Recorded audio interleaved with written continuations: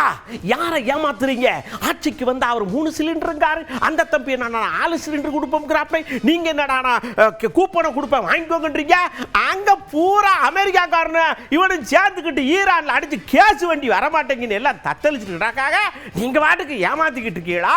நாங்க ஏமாறுவோமா? மக்களே ஏமாறாதீங்க, ஏற்கலப்பைய பிடிங்காரு அண்ணன். கல்வி மாணவரோட உரிமை கொடுக்க வேண்டியது அரசின் கடமை, அரசு கொடுக்கணும். அதை விட்டுட்டு நீ கடன் கல்விக்கு கடன் தாருன்னா என்ன வட்டி கடை வச்சிருக்க? நீ பிள்ளைகளை படிக்க வைக்கிறது ஒரு நாட்டின் பிள்ளைகள் அரசின் கடமை. அதுக்கு ஏன் கடன் கொடுக்குற? மாணவன் கடன் வாங்கி படிக்கிறது நிலையில ஏன் வைக்கிற? அதான கேள்வி. அதை விட்டுட்டு வேலை இல்லாதவனுக்கு 4000 போடுறேன்னு அந்த 4000 கொடுக்கறத வச்சு ஒரு திட்டத்தை தீட்டி அவனுக்கு வேலை கொடுக்க முயற்சி செய்யும். வேலை தான் நான் 2000 கொடுக்குறீங்க, நான் 2500 கொடுக்குறீங்க. சிலிண்டர் 3 ஒருத்தர் 6 சிலிண்டர் எங்க இருந்து கொடுப்பேன்?